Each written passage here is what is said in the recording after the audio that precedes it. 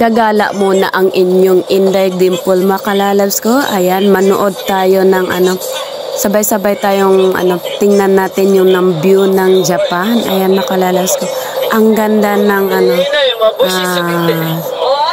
sunrise. Ayan. Napakaganda. Yung pa lang namin sa highway, pagbukad pa lang namin sa highway, ayan na ang nakita namin na yung sunrise na yan.